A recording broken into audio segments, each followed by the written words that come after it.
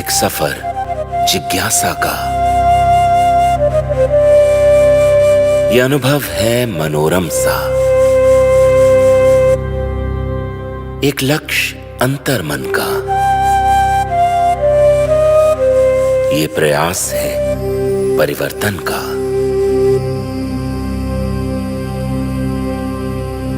कर्नाटक के शहर श्रवणबेलगोला में स्थापित गोमटेश्वर भगवान बाहुबली का ये प्राचीन मंदिर हमें अपने खोए हुए अस्तित्व के पास ले जाता है।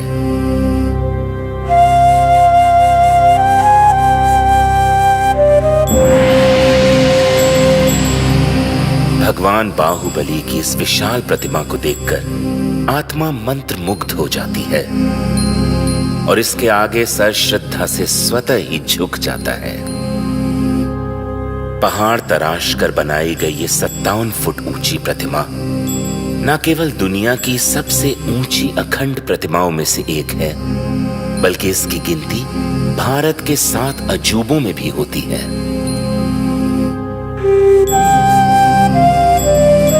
यहाँ के आध्यात्मिक वातावरण से मन जुड़ सा जाता है। यहाँ आए दर्शनार्थियों को इस प्रतिमा के दर्शन मात्र से ही शांति और उल्लास की अनुभूति होती है। स्थिरता और अनुशासन के प्रतीक भगवान बाहुबली आज के युग में अपनी शांति, त्याग और अहिंसा के संदेश के साथ और भी प्रासंगिक होते जाते हैं।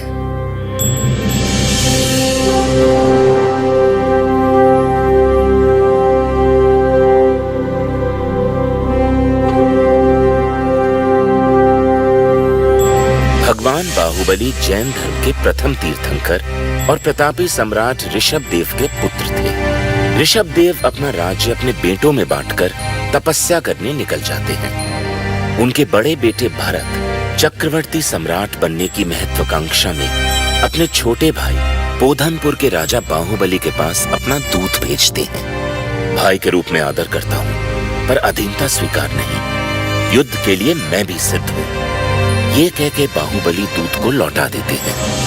फलस्वरूप दोनों की सेनाएं युद्ध के लिए एक दूसरे के सामने खड़ी हो जाती हैं। अजीब विडंबना थी। शांति का संदेश देने वाले ऋषभदेव के दोनों पुत्र एक बहुत बड़े युद्ध के मुहाने पर थे, जिसमें जन और धन की हानि निश्चित थी। इसका एक बहुत ही सुंदर उपाय निकाला गया।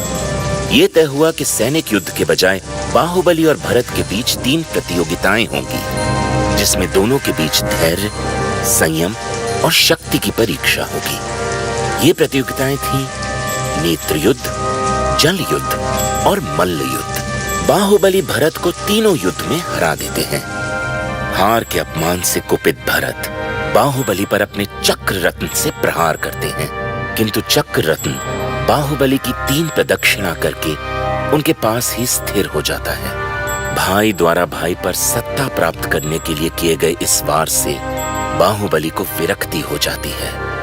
बाहुबली अपना राज्य त्याग कर वन में चले जाते हैं और 1 वर्ष कायोत्सर्ग आसन में खड़े रहकर कठिन तपस्या करते हैं। उनके पैरों में लताएं और सर्प लिपट जाते हैं। चींटियां उनके आसपास अपना घर बना लेती हैं, पर वो अपनी तपस्या में अडिग खड़े रहते हैं। मैं अपने बड़े भाई भरत को ये भूमि और राज्य सौंप चुका हूँ। मेरे दोनों पैरों के नीचे की भूमि भी मेरी नहीं, भ्राता भरत की है, जिस पर मैं खड़ा हूँ। ये आंतरिक भाव बाहुबली को था, इसलिए 1 वर्ष तक तपस्या करने पर भी बाहुबली को केवल ज्ञान की प्राप्ति नहीं हुई। भरत को इस भाव की जानकारी मिलने पर वे बाहुबली के चरणों में झुक जाते हैं और कहते हैं कि ये भूमि न तो मेरी न तेरी, वसुधा काहू की न भई। तब बाहुबली को तत्काल केवल ज्ञान की प्राप्ति हो जाती है। अहिंसा से सुख, त्याग से शांति, मैत्री से प्रगति और ध्यान से सिद्धि, ये 4 संदेश भगवान बाहुबली स्वामी ने दिया है। ये विश्व शांति के लिए शाश्वत संदेश है। अहंकार को त्याग करने से, मायाचार को त्याग करने से, लोभ को त्याग करने से शांति मिलती है। आज तक धार्मिक इतिहास में उनकी जैसी तपस्या आज तक किसी ने नहीं की। इसलिए कठोर तपस्या, उनकी सहनशीलता, उनके उपवास, 365 दिन का अन्न जल त्याग करके कोई खड़े हो सकते हैं क्या? आज से लगभग 1000 वर्ष पूर्व दक्षिण प्रांत के गंगवाशी राजा के सेनापति और प्रधानमंत्री चामुंडा राय अपनी माता को भगवान बाहुबली की मूर्ति के दर्शन करवाने पोदनपुर की तरफ प्रस्थान करते हैं। इस यात्रा में एक रात्रि के लिए उन्हें कवलप्पू यानी आज के श्रवणबेलगोला में रुकना पड़ता है, जहां उनकी माता को एक स्वप्न आता है। स्वप्न में कुष्मांडिनी देवी उनसे कहती हैं कि वहां उपस्थित छोटे पहाड़ चंद्रगिरी से बड़े पहाड़ विंध्यगिरी की तरफ बाण चलाने से बाहुबली के दर्शन होंगे।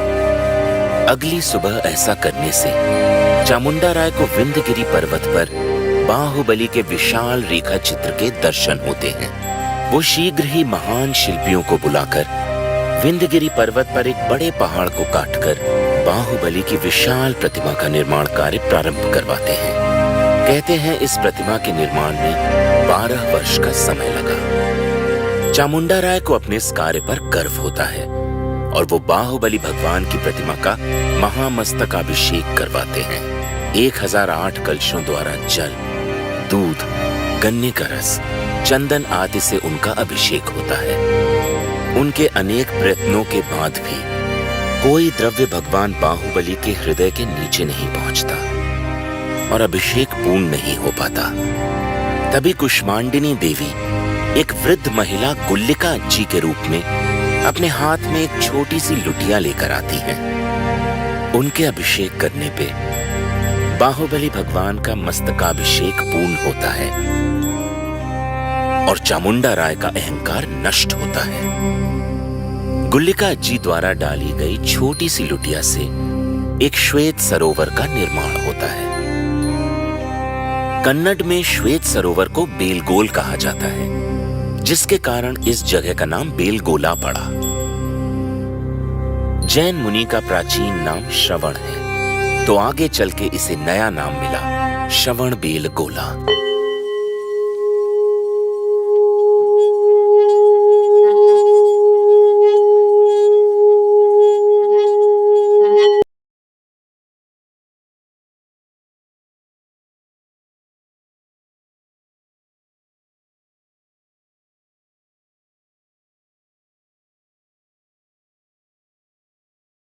हेरिटेज साइट में शामिल किया गया।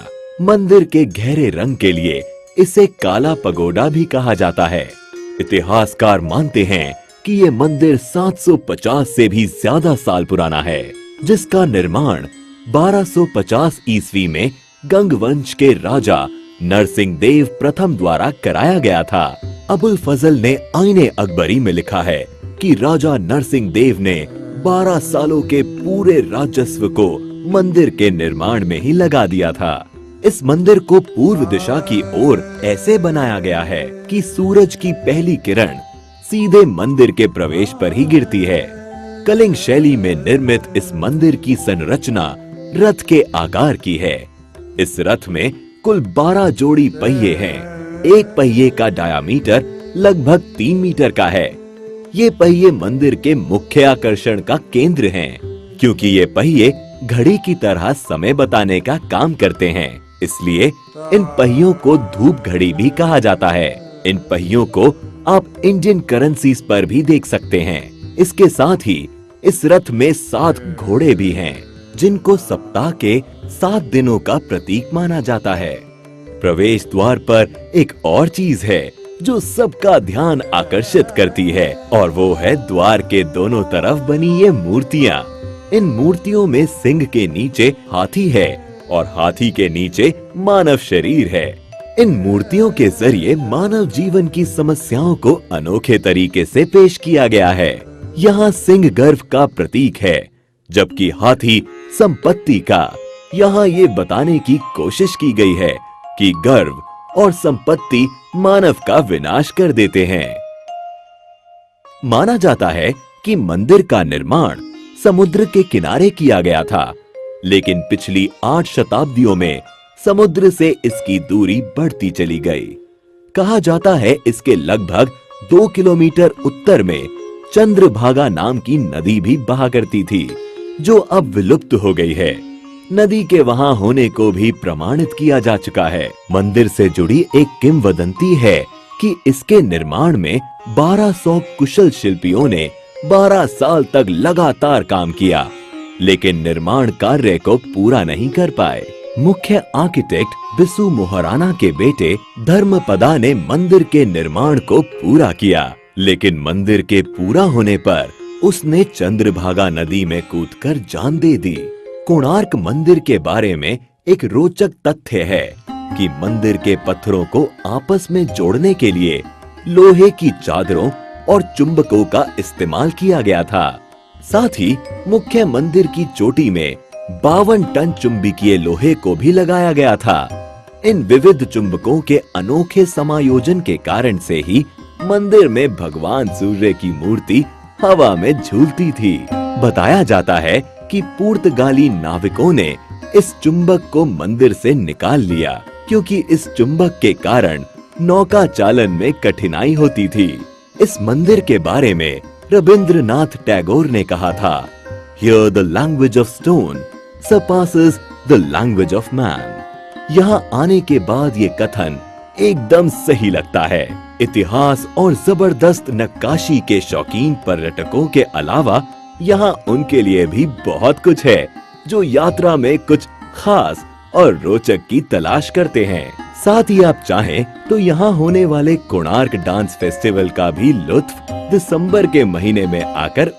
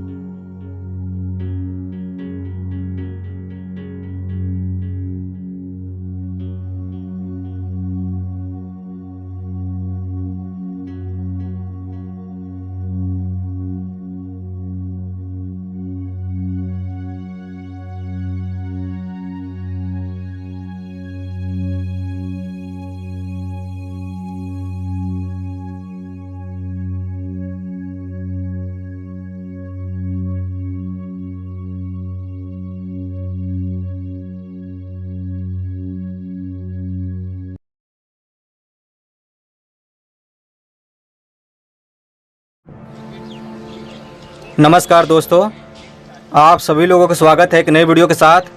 और आज के इस वीडियो में दोस्तों मैं आपको दिखाऊंगा ताजमहल, जिसे दुनिया 7वां अजूबा के नाम से जानती है।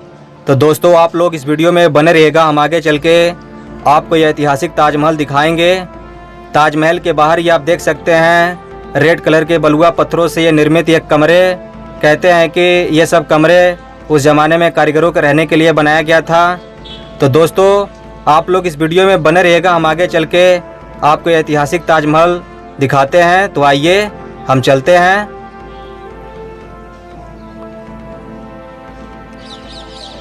यहाँ पर दोस्तों आप देख सकते हैं ताजमहल के बारे में भी दिया गया है, आप इसे पढ़ सकते हैं। कहते हैं कि जो मुमताज़ बेगम थे उनके 14वें बच्चे के जन्म के दौरान ही उनकी मृत्यु हो गई थी और उन्हीं की याद में शाहजहां ने ये ताजमहल बनवाया था, जिसे आज दुनिया 7वां अजूबा के नाम से जानती है। ताजमहल में एंट्री करने के लिए 3 दरवाज़ा है और पश्चिमी गेट से हम अंदर एंट्री किए हैं, जिसका टिकट 50 रुपये का हमको पड़ा है। और जो शाहजहां और मुमताज़ का जो कब्र है उसे देखने के लिए आपको 200 रुपये का अलग से टिकट लेना पड़ता है। तो आइए दोस्तों अब हम ताजमहल के अंदर चलते हैं और आपको दिखाते हैं। और ये जो दरवाज़ा आप देख रहे हैं इसे मेन दरवाज़ा, शाही दरवाज़ा के नाम से जाना जाता है। आप किसी भी दरवाज़ा से अंदर एंट्री करेंगे, लेकिन अंदर आने के बाद यही मेन दरवाज़ा है ताजमहल के अंदर जाने के लिए।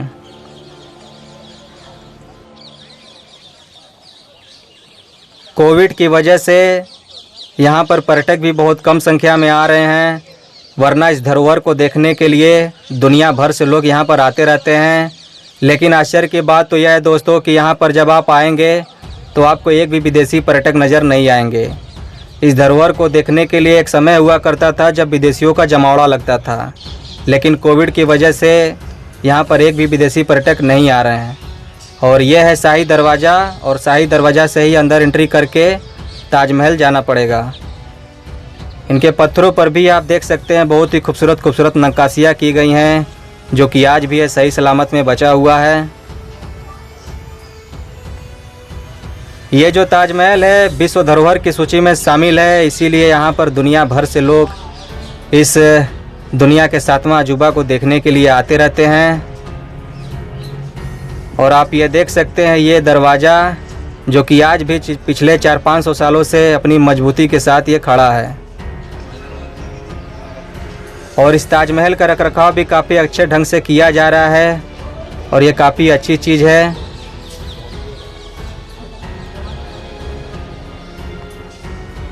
सामने है दोस्तों ताजमहल, आप देख सकते हैं। हम दोस्तों पास में भी चलेंगे, आपको एकदम पास से चल के वो ताजमहल दिखाएंगे।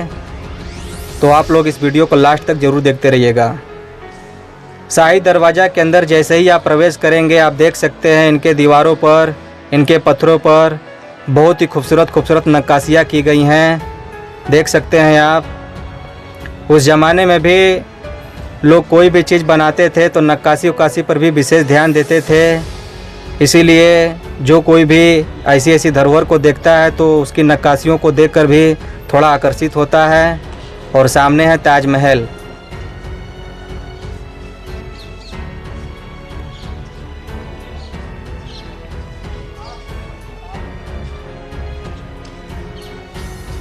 बहुत आश्चर्य की बात है दोस्तों कि क्या कोई किसी से इतना भी मोहब्बत कर सकता है कि उसकी याद में ये ताजमहल बनवा दे। लेकिन ये सही बात है, शाहजहां ने अपनी बेगम मुमताज़ की याद में यह ताजमहल बनवाया, जिसे दुनिया 7वां अजूबा के नाम से जानती है।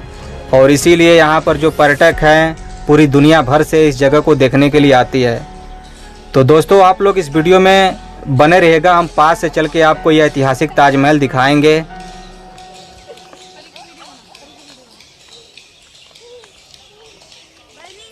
सच में यह जगह एक अजूबा है। जब आप यहाँ पर फर्स्ट टाइम आएंगे, अपनी आंखों से जब इसे पास से देखेंगे तो आपको एक अजूबा ही नज़र आएगा, क्योंकि यह पूरी तरह संगमरमरों द्वारा निर्मित यह ताजमहल है।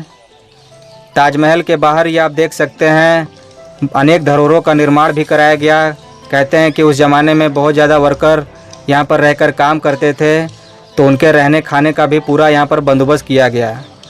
तो इसीलिए यहाँ पर बहुत सारे प्राचीन धरोहर भी इसके आसपास देखने को मिलती है। तो आइए दोस्तों, हम पास से चलते हैं और आपको पास से चल के आपको यह ताजमहल दिखाते हैं। जिस जगह पर दोस्तों हम खड़े हैं, ये एक सेल्फी पॉइंट के तौर पर भी ये जगह जाना जाता है। यहाँ पर सबसे ज़्यादा लोग फ़ोटो क्लिक करते हैं, फ़ोटो खिंचवाते हैं, क्योंकि यहाँ से जो ताजमहल एकदम बीच से दिखता है, एकदम सेंटर से दिखता है और लोगों का सबसे पसंदीदा जगह भी माना जाता है ये जगह। यहाँ पर देख सकते हैं बहुत सारे लोग भी सेल्फी वगैरह फ़ोटो खिंचवा रहे हैं। और इसके दोनों साइड में जो पेड़ देख रहे हैं, कहते हैं कि एक समय यहाँ पर बड़े बड़े पेड़ हुआ करते थे, बाद में इसको काट कर छोटा किया गया ताकि ताजमहल पूरी तरह से दिख सके। ताजमहल के बगल में ही आप देख सकते हैं ये मेहमान खाना है और यह है दोस्तों ताजमहल। आप देख सकते हैं दोस्तों पूरी तरह संगमरमर द्वारा निर्मित यह ताजमहल एक वास्तव में एक अजूबा लगता है दोस्तों। जब कभी भी आप फर्स्ट टाइम आएंगे तो वास्तव में आपको ये बहुत ही खूबसूरत लगेगा। हालांकि हम ताजमहल के ऊपर नहीं जा सकते क्योंकि जो मुमताज़ और शाहजहां का जो कब्र है उसका वीडियो बनाना अलाउड नहीं है, इसीलिए दोस्तों हम ऊपर नहीं जा पाएंगे, आपको सिर्फ पास से ही दिखाएंगे।